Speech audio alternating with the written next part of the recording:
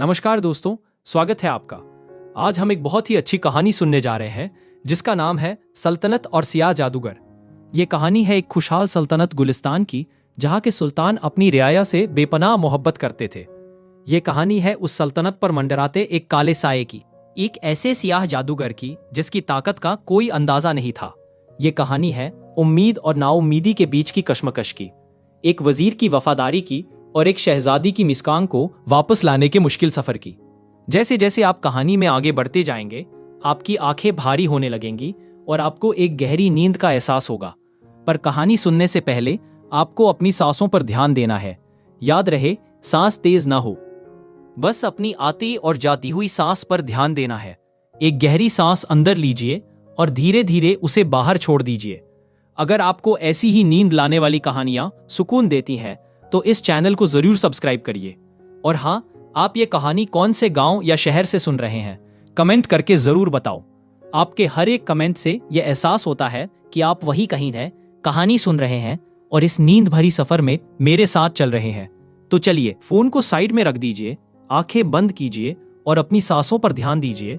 हम शुरू करते हैं अपनी आज की कहानी। सदियों पुरानी बात है, पूरब की तरफ पहाड़ों और नदियों के बीच एक सल्तनत आबाद थी जिसका नाम था गुलिस्तान। जैसा नाम था वैसा ही वह मुल्क था। चारों तरफ हरियाली, खुशबूदार फूलों के बाग और सोने की तरह चमकती फसलें लहलहाती थी। वहां के बाशिंदे खुशहाल थे और अपने सुल्तान अदनान उल हक पर अपनी जान छिड़के थे। सुल्तान अदनान एक रहमदिल और इंसाफ पसंद हुक्मरान थे। उनकी हुकूमत में कभी किसी के साथ नाइंसाफी नहीं होती थी। उनकी मलिका जोया भी उतनी ही नेक और अक्लमंद थी। इन दोनों की मोहब्बत की निशानी थी उनकी इकलौती बेटी शहजादी लैला, जिसकी हंसी से पूरे महल में रोशनी फैल जाती थी। सल्तनत का सारा कामकाज वजीर आजम बशीर अहमद की देखरेख में चलता था, जो न सिर्फ अक्लमंद थे बल्कि सुल्तान के सबसे वफादार दोस्त भी थे।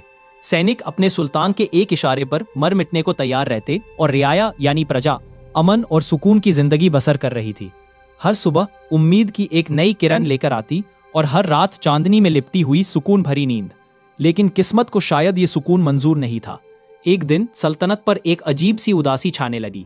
सबसे पहले गुलिस्तान के सबसे जरखेज उपजाऊ खेतों में फसलें बिना किसी वजह के सूखने लगी।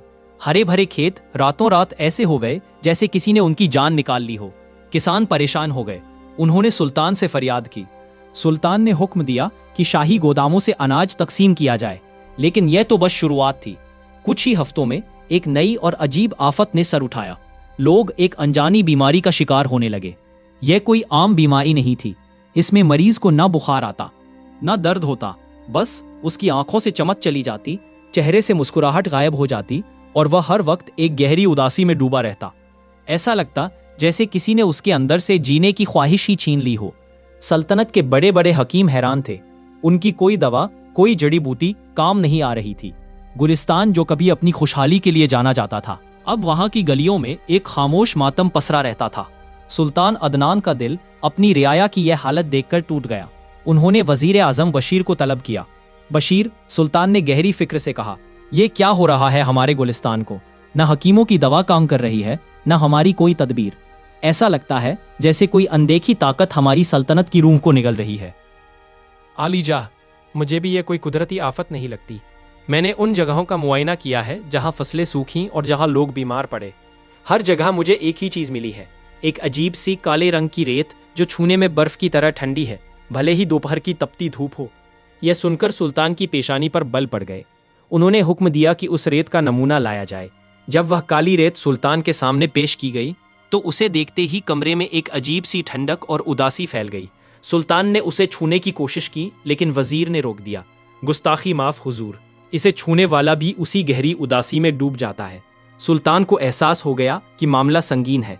ये किसी इंसान का काम नहीं हो सकता था। उन्होंने हुक्म दिया कि शाही कुतुब खाने, पुस्तकालय की सबसे पुरानी और नायाब किताबें निकाली जाएं। शायद उनमें इस सियाह जादू का कोई जिक्र हो।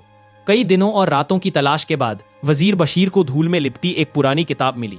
उसके पन्ने नाजुक हो चुके थे। उस किताब में एक ऐसे सियाह जादूगर का जिक्र था जिसका नाम था मलाजार। किताब के मुताबिक मलाजार 100 साल पहले गुलिस्तान की सरजमीन पर ही पैदा हुआ था। वह शुरू से ही ताकत का भूखा था और उसने ऐसी काली ताकतें हासिल कर ली थी जो रूह को कैद कर सकती थीं। वह लोगों की खुशियां छीनकर अपनी ताकत बढ़ाता था। जब उसकी शैतानी हरकतें हद से बढ़ गईं, तो सुल्तान अदनान के दादा सुल्तान हैदर ने उसे मुल्क से निकाल दिया था। लेकिन उसे मारना नामुमकिन था, क्योंकि उसने अपनी रूह को 7 अलग अलग चीज़ों में छुपा दिया था। सुल्तान हैदर ने सल्तनत की हिफाजत के लिए एक महान पीर की मदद से एक तावीज़ हिफाजत बनवाया और उसे महल की बुनियाद में दफन कर दिया।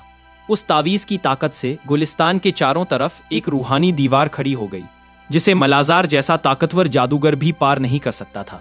किताब में आगे लिखा था, मलाजार सीधे तौर पर गुलिस्तान में दाखिल नहीं हो सकता, लेकिन वह अपनी काली ताकत से खाके गम, दुख की रेत बना सकता है।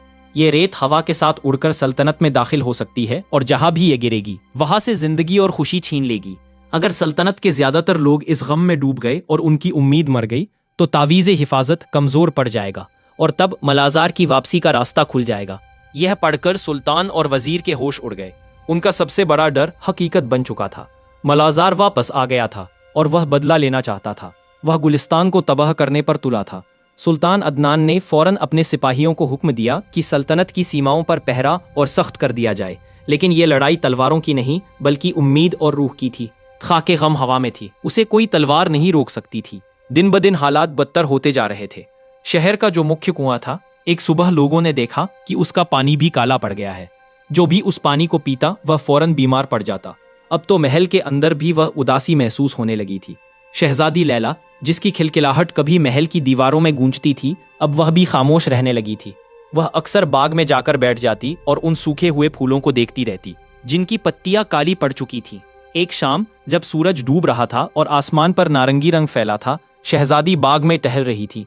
तभी उनकी नजर एक फूल पर पड़ी। जहां सारे फूल मुरझा चुके थे, वहीं एक कोने में एक बेहद खूबसूरत गहरा नीला गुलाब खिला हुआ था। ऐसा फूल लैला ने अपनी जिंदगी में कभी नहीं देखा था। उसकी पंखुड़ियों पर ओस की बूंदें मोतियों की तरह चमक रही थी और उससे एक अजीब सी मनमोहक खुशबू आ रही थी। शहजादी उस फूल की तरफ खींची चली गईं। वह भूल गईं कि सल्तनत पर कैसी मुसीबत आई है। उन्होंने बस उस फूल को तोड़ा और उसकी खुशबू लेने के लिए उसे अपनी नाक के पास ले गई। जैसे ही उन्होंने फूल को छुआ, उनकी उंगली में एक कांटा चुभ गया। आह कहकर उन्होंने फूल नीचे फेंक दिया। वह नीला गुलाब जमीन पर गिरते ही काली राख में बदल गया। शहजादी को एक अजीब सी कमजोरी महसूस हुई। उनका सर चकराने लगा। वह किसी तरह अपने कमरे तक पहुंची और बिस्तर पर गिर पड़ी।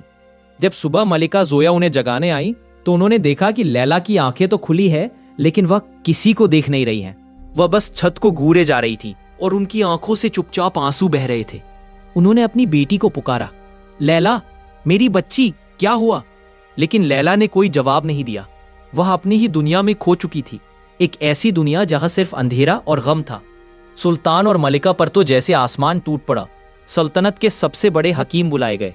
उन्होंने हर तरह से जांच की, लेकिन लैला के जिस्म में कोई बीमारी नहीं थी। उनकी नब्ज सही चल रही थी, सांसें भी बराबर थीं, लेकिन उनकी रूह जैसे कैद हो गई थी। एक बूढ़े हकीम ने हिम्मत करके सुल्तान से कहा, आली जा, यह जिस्मानी मर्ज नहीं है। शहजादी पर किसी बहुत ही ताकतवर सियाह जादू का असर हुआ है। हम बेबस हैं। सुल्तान अदनान का दिल गम और गुस्से से भर गया। वह समझ गए कि यह मलाजार का ही काम है।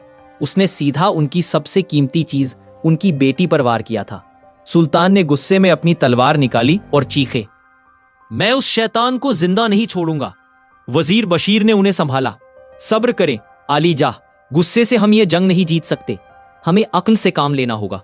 वह वापस उसी पुरानी किताब के पास गए। उन्होंने उस किताब का हर एक पन्ना दोबारा पढ़ा, हर एक हर्फ को गौर से देखा। आखिरकार एक पन्ने के कोने में बहुत बारीक लिखावट में उन्हें एक उम्मीद की किरण नजर आई। उसमें लिखा था, किसी की रूह को कैद कर ले तो उसका तोड़ सिर्फ एक ही चीज है, बुले शिफा, यानी शिफा का फूल। यह एक ऐसा फूल है जो चांद की रोशनी में खिलता है और उसकी पंखुड़ियों में कायनात की सारी उम्मीद और जिंदगी की रोशनी जमा होती है। लेकिन यह फूल दुनिया में सिर्फ एक ही जगह उगता है, कोहेनूर यानी रोशनी के पहाड़ की सबसे ऊंची चोटी पर। और उस पहाड़ तक पहुंचने का रास्ता मलाजार की वादी सियाह घाटी से होकर गुजरता है, एक ऐसी जगह जहां सूरज की रोशनी भी जाने से डरती है और हर कदम पर मौत घात लगाए बैठी है। यह पढ़कर वजीर की उम्मीद भी कांप गई। सियाह घाटी का मतलब था सीधा मलाजार के इलाके में जाना, जहां उसकी ताकत सबसे ज्यादा होगी। यह एक नामुमकिन सा सफर था। जब सुल्तान को यह पता चला तो उन्होंने फौरन ऐलान किया, मैं खुद जाऊंगा गुले शिफा लाने। एक बाप के होते हुए उसकी औलाद ऐसे तड़पे, यह मुझे गवारा नहीं। लेकिन वजीर ने उन्हें रोका, नहीं आली जा, सल्तनत को आपकी जरूरत है। अगर आप चले गए तो रियाया की बची खुची उम्मीद भी टूट जाएगी और मलाजार का मकसद पूरा हो जाएगा। इस खतरनाक सफर पर किसी और को भेजना होगा। दरबार में खामोशी छा गई। हर कोई जानता था कि यह मौत के मुंह में जाने जैसा है। कौन था जो अपनी जान की बाजी लगाने को तैयार होता? सल्तनत की उम्मीद अब एक फूल पर टिकी थी, और उस फूल तक पहुंचने का रास्ता जहन्नुम से गुजरता था। सुल्तान अपनी बीमार बेटी के बिस्तर के पास खड़े थे। उनकी आंखों में बेबसी थी, लेकिन दिल में एक सवाल गूंज रहा था। कौन होगा वह बहादुर जो सियाह घाटी को पार करके गुले शिफा लाएगा और गुलिस्तान की उजड़ी हुई किस्मत को फिर से संवारेगा? इस कहानी का अगला हिस्सा एक नए सफर की शुरुआत करेगा। यह कहानी यहीं खत्म होती है। निद्रा देवी अब आपकी आंखों में आने को तैयार है। आप अपनी सांसों पर ध्यान दीजिए और आराम की नींद सो जाइए। शुभ रात्रि।